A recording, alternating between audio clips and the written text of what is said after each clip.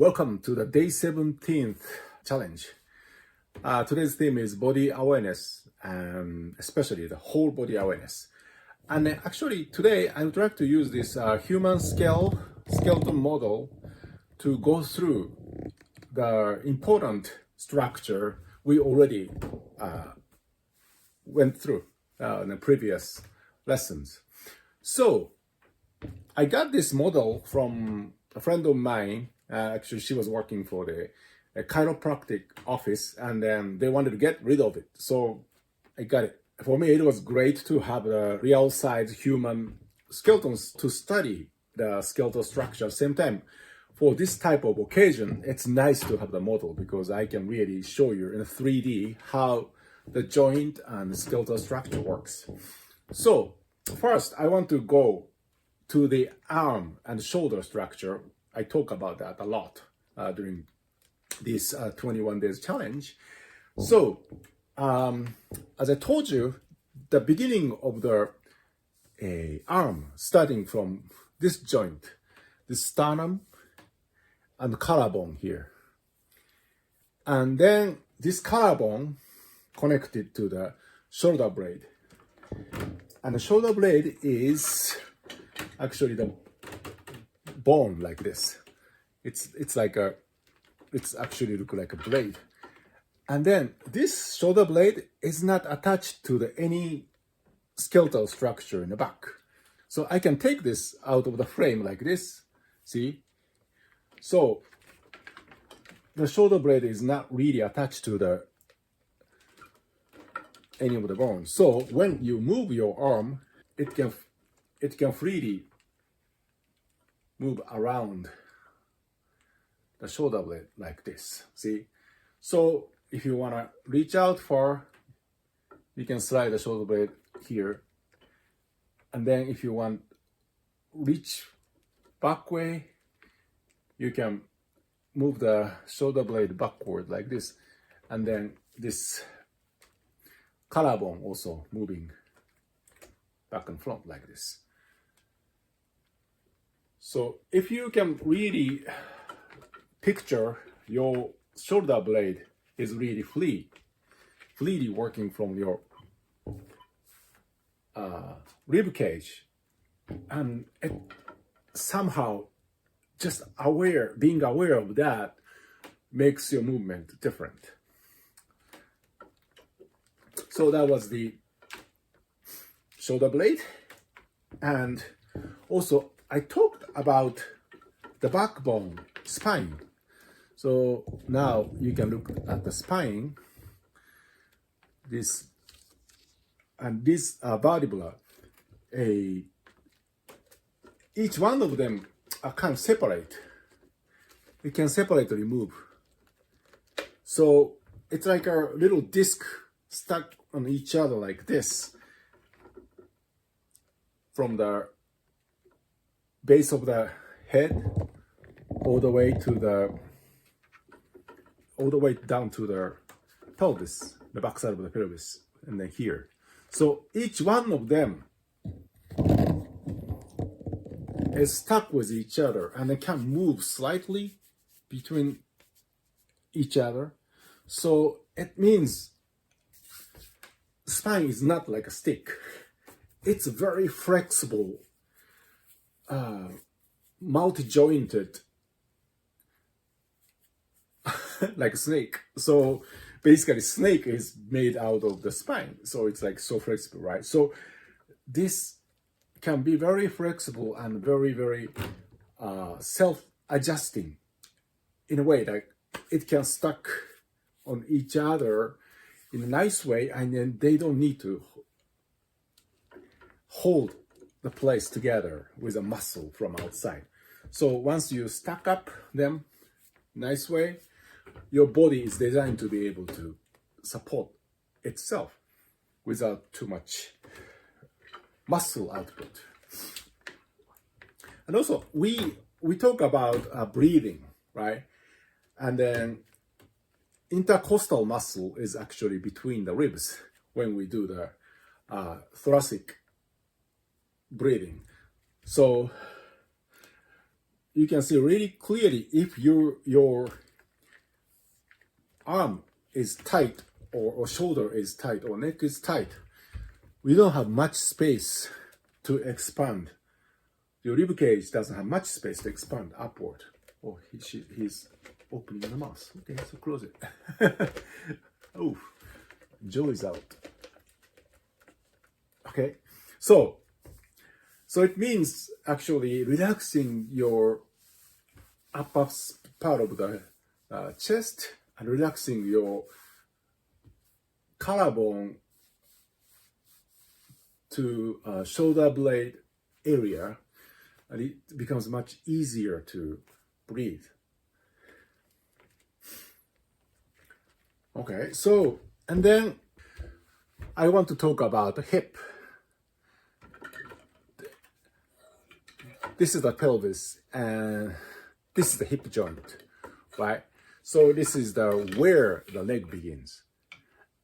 And a lot of people think the leg begins underneath the pelvis, but actually it's almost like a side of the pelvis, side of your hip is the beginning of the your leg. And then if you rub around here, you can touch this part of the bone, right? And then little dent above the hard bone here is this dent. And when you sit, what happens is your leg goes up like this, right? And the lowest part of your body on the surface of the chair is this bone. It's part of the pelvis, and this is called sitting bone. So that's what I've been talking about. And you can touch this sitting bone after you sit, and you touch, you put your hand between your hip and the chair. You can touch this bone very clearly. So this is touching the surface of the chair. So if you are holding, of course, you have a little bit of meat here, I mean buttocks. So or the base of the thigh. So it's this part is touching the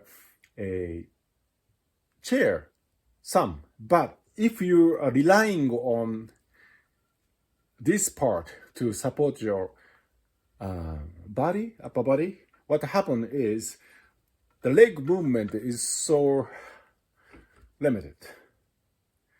If you sit in here, actually you have more free movement on your leg. So maybe for lever harpist, it doesn't make big difference, but for pedal harpist, this is a huge difference. If you're sitting, your weight is kind of around here, you limit the movement of your leg so much. So more like feeling the weight here is much better. Also, I want to talk about the structure of our feet to the leg bone. And this is, here's ankle. This is like a T shape. It's not L shape. So when you put your feet on the floor for the pedaling, and actually it's like this, right? So it means you, in a way, that even the man, you are on a high heel. Does it make sense? The female player wants to wear the high heel because you can put the force to your toe much easier if we lift the heel. But actually, without a high heel, we already lifted the ankle joint way above the ground. So if the structure is like this, it's really hard to push the pedal. But actually, it's lifted like this, like a female player wear the high heel. And it's much easier than you think to push the pedal down. So if you know this structure, and then somehow, in my experience, I start have a much more connection to the toe, to the knee. So in a way that I can easily push the pedal by using the entire weight of my leg. So knowing this is T-shape, not L-shape, helps.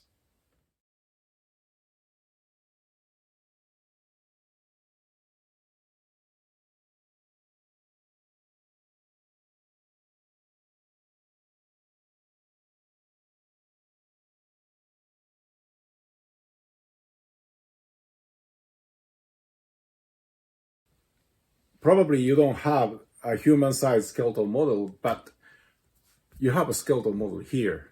So once in a while, check your bone, collarbone here, shoulder blade. You can touch shoulder blade here or here, right? Like this end and this end on the top end. And joint is here, elbow and wrist. And there are two bones here, right? I talk about that. And then this twist like this, and then change the grip hand like this. Having the image of your body inside of your body, like a collarbone, shoulder blade. And the shoulder blade is designed to be able to move around the rib cage freely. And then your arm starting from here. And this type of knowledge change the way of your using body. And if you want to study more, you can find a lot of information on the internet, and also you can buy the anatomy book. You can also study about all these structures in the detail. All right, so good luck and explore your body.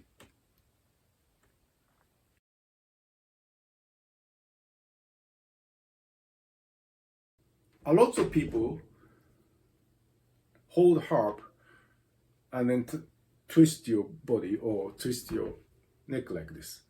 If you twist your body and if you put your head off the line, what happens is you need to really hold much tighter to support very heavy head on the top. It's like a stick and a heavy thing on the top, right? If it's straight, it's vertical, completely 90 degrees from the ground, it's easy to hold. But once it's tilting, it's so hard to hold it. So it's same thing. It's better to keep the head actually tilting a little bit. It's sometimes necessary, especially for the pedal harp. But never do like this much, or twisting the body to try to come to the side. Okay, you sit. You made a very nice straight line already with a warm up, and then you bring the harp. And if your harp is hitting your head or in your way, just move the harp instead of moving yourself. Okay, and also how much you want to lean the harp. I lean the instrument and let go, right? And then there's a point. The instrument is standing by itself, right? So around here, right? Kind of stay a little while by itself. So that is the spot instrument is balancing, right? So if instrument is balancing there, we don't need to hold too much. So you find the way, the place, to move the instrument to the spot that instrument can stand almost by itself without any support. And then naturally your shoulder is barely touching, or your knee. Actually, I use my knee quite a bit on this knee. This side of the knee is touching the other side of the body of the instrument. And also the instrument is touching a little bit here, the shoulder. If I straighten my body, instrument, I mean here. If not, actually, instrument is touching my back of my head, or like here. So, but actually this is depends on your body size and height and everything, because instrument is usually the same size for everybody, right? But I'm almost like 6 feet tall, and some of you are like 5'3" or even shorter. So we have all different sizes of the body. So we need to find the landmark where you're touching the instrument. But generally speaking, if the instrument is balancing by itself, it's the best. But my suggestion is, if the instrument goes that way, like going away from you while playing, it's a problem. As long as the instrument is coming toward you, if it's coming too much, and you can push it back a little bit with a knee or body, right, you can easily change the balance. But if the instrument starts going away from you, it's hard to hold back. So my suggestion is, once you find a balanced spot, and then adjust a little bit leaning towards you, not too much, little bit of leaning towards you. So that is probably the most comfortable place.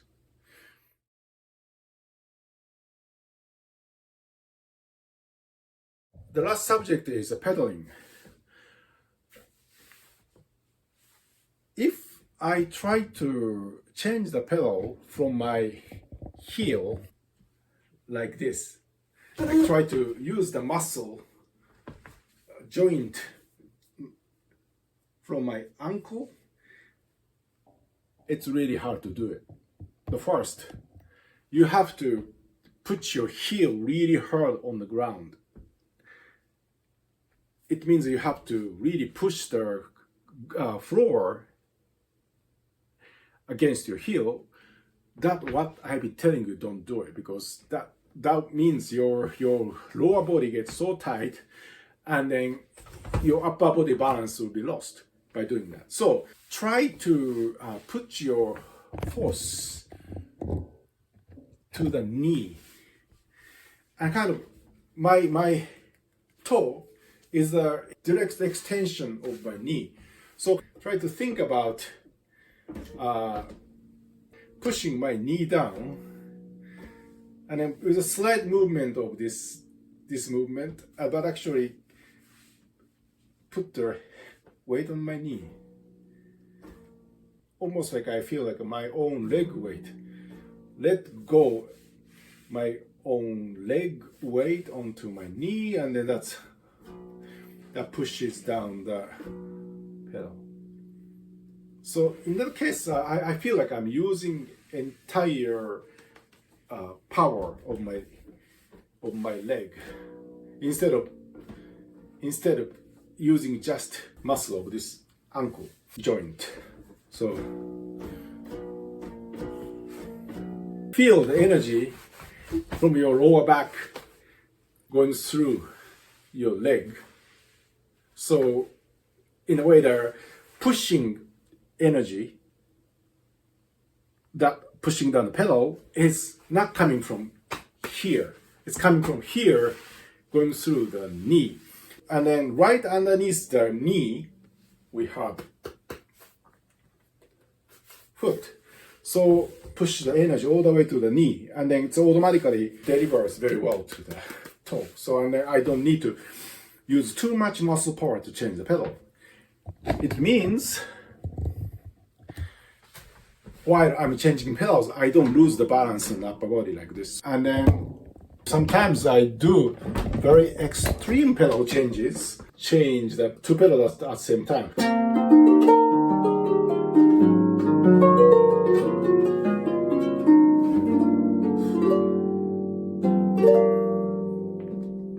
But I don't lose the balance at all. However, my both foot is off the ground sometimes, but still I can keep the balance. To be able to do that, the force to change the pedal is coming from your lower body, not from here, okay? Not from here. So I hope this little bit of information helps your pedaling.